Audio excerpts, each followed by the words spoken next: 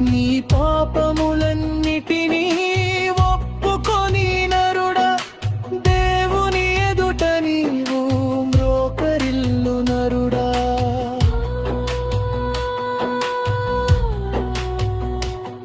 నీ పాపములన్నిటినీ ఒప్పుకొని నరుడా, మారు మనసు పొంది నీవు సిద్ధపడు నరుడా.